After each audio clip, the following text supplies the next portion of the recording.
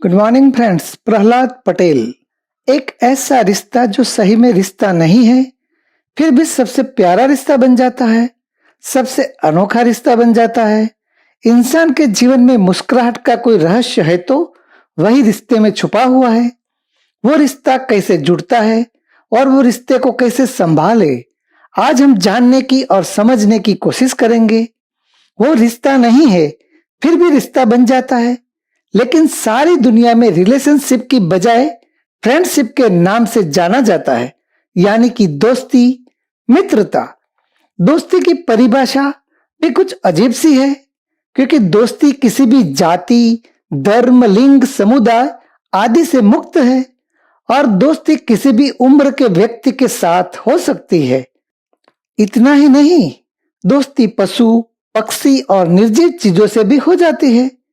बचपन में हम खिलौनों के साथ दोस्ती कर लेते थे।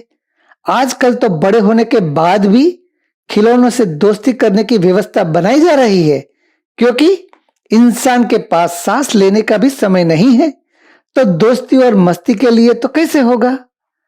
दोस्तों, सच्ची और पक्की दोस्ती तो बचपन में हुआ करती है, जब बच्चे नासमझ होते हैं, और नासमझी में ही सबसे बड़ी समझ होती है। जो सारी दुनिया सदियों से समझाने की कोशिश कर रही है। न स्वार्थ होता है, न बनावट होती है, न मतलब होता है, न उद्देश्य होता है, न तो अपेक्षाएं होती है। सिर्फ और सिर्फ साथी चाहिए, सखा चाहिए, संगी चाहिए, खेलने के लिए, झगड़ने के लिए और निखालस मस्ती के लिए। आपने कई बार देखा भी होगा, जो बच्चे साथ खेल रहे हैं उनके माता पिता आपस में दुश्मन होंगे, आपस में अदावत होगी, फिर भी बच्चों को कोई फर्क नहीं पड़ेगा, क्योंकि बच्चों को पता ही नहीं है कि वैमनस्य क्या होता है। बच्चों को हम सिखाते हैं, इसीलिए कहा जाता है जैसा बाप वैसा बेटा। अपवाद हो सकता है। आपने जितने भी कहानियां सुनी होगी दोस्ती की, उसमें से ज्यादातर कहानियां बचपन की होगी। हम सालों से एक कहानी सुनते आ रहे हैं, सुदामा और कृष्ण की। वो भी बचपन की कहानी है। इंसान उम्र में या पैसों में कितना भी बड़ा हो जाए, फिर भी हमेशा बचपन को ही याद करता रहता है और बचपन के दोस्तों को खोजने की कोशिश करता रहता है, वो सोचकर शायद वो दिन वापस आ जाए और पुराने दोस्त मिल जाए, साथ में खोई हुई मुस्कुराहट वापस आ जाए। बचपन के बाद स्कूल और कॉलेज में सहपाठी मिल जाते हैं, हॉस्टल में रूम पार्टनर मिल जाते हैं, नौकरी में सहयोगी मिल जाते हैं, व्यापार में व्यापारी मिल जाते हैं, और आपके आसपास कुछ ऐसी शख्सियत मिल जाती है, उन सबसे आपको कभी कभी दोस्ती भी हो जाती है। दोस्ती न तो दिमाग से होती है, न तो दिल से होती है। इसीलिए हर व्यक्ति के पास एक से ज्यादा दोस्त हो सकते हैं। दिल और दिमाग से जुड़े हुए रिश्तों में परेशानियां आ जाती है, बेचैनी होती है, तकलीफें होती है और तनाव भी रहता है, लेकिन दोस्ती में ऐसा कुछ भी नहीं होता है। सिर्फ मजाक और मुस्कुराहट होती है, क्योंकि दोस्ती सिर्फ और दोस्ती ही है। दोस्तों, हर व्यक्ति के जीवन में कुछ दिन ऐसे आते हैं, उन दिनों में माता पिता, भाई बहन, पति पत्नी, बच्चे या तो कोई रिश्तेदार उनका साथ छोड़कर चले जा चुके होते हैं, कुदरत के नियम अनुसार। लेकिन दोस्त की अंतिम यात्रा में दोस्त न हो, ऐसी घटना शायद ही हो सकती है। इसका मतलब होता है कि दोस्त बचपन से लेकर अंत तक आपके साथ ही होता है। इसलिए किसी ने कहा है कि ईश्वर जिन्हें खून के रिश्तों से बांधना भूल जाता है, उन्हें दोस्त बना देता है। दोस्त और दोस्ती के बारे में ऐसी बातें आपने पहले कभी नहीं सुनी होगी, वो मैं गारंटी के साथ कहना चाहूंगा। दोस्ती में नुकसान कोई भी नहीं है, फायदे अनगिनत है। इसीलिए फिर से एक बार मैं कहना चाहूंगा, मेरी चैनल को सब्सक्राइब कर दीजिए। आपका नुकसान कोई भी नहीं है, लेकिन मुझे फायदा ही है। दोस्तों, जैसे जैसे जमाना बदल रहा है, वैसे वैसे इंसान की सोच भी बदल रही है, और सोच के साथ जीवन के साथ जुड़े हुए रिश्तों की परिभाषा भी बदल रही है। इसलिए आज हमें सच्ची मित्रता यानी कि दोस्ती के बारे में जानना चाहिए। 3 तरह की दोस्ती हो सकती है। बुद्धि और ज्ञान से जुड़ी हुई दोस्ती, जो आपस में एक दूसरे को ज्ञानी और महान साबित करने में लगी रहती है, वो ज्यादा दिन टिक नहीं सकती। कभी कभी अपनों से भी दोस्ती हो जाती है, जैसे कि माता पिता के साथ, भाई बहन के साथ, या तो अपने नजदीकी रिश्तेदारों के साथ। वो दोस्ती को हम प्रेम की दोस्ती कह सकते हैं। प्रेम के साथ जुड़ी हुई दोस्ती भी कभी न कभी टूट सकती है।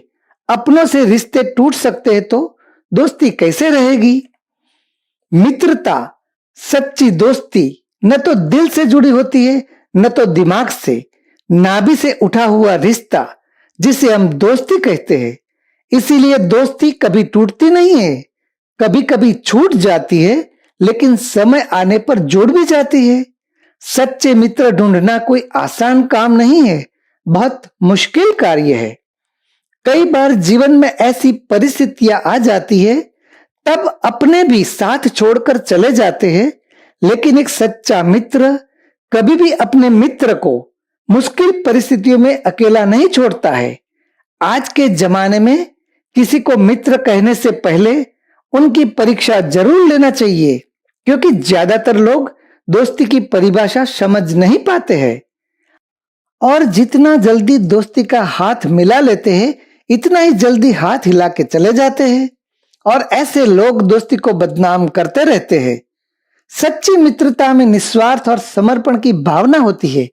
अच्छे मित्र हमेशा सही दिशा में हमारा साथ देते हुए दिशा निर्देश भी करते हैं और हर पल हमें अच्छी बुरी परिस्थितियां और लोगों से सचेत किया करते हैं। हमारे जीवन में घटती हुई अच्छी या बुरी घटनाओं की बात अपने सच्चे मित्र को ही बिना संकोच बता सकते हैं।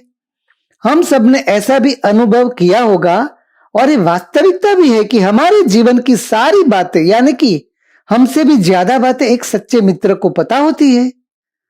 अगर एक भी सच्चा मित्र आपके जीवन में है तो आपके चेहरे की मुस्कुराहट सदा बरकरार ही रहेगी।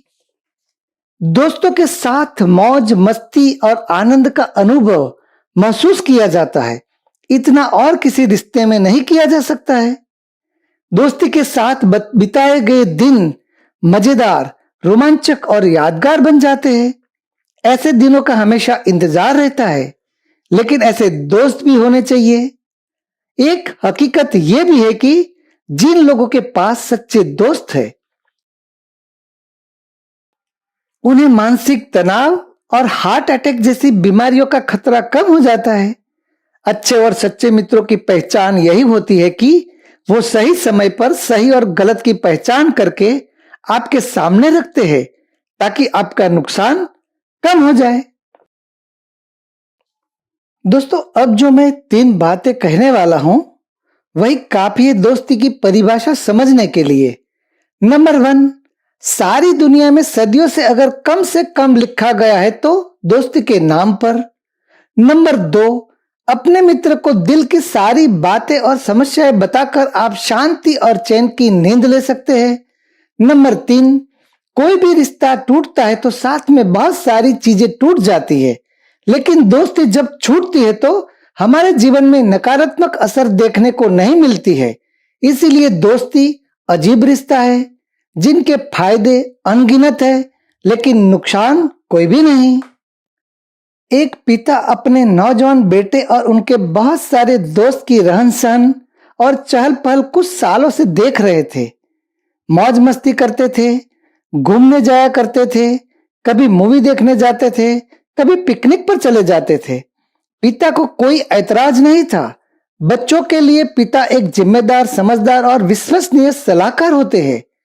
बेटा कभी कभी तो देर रात लौटता था, परिवार में उसका ध्यान नहीं था, न किसी की सुनता था, दोस्तों की महंगी गाड़ियों में घूमता था।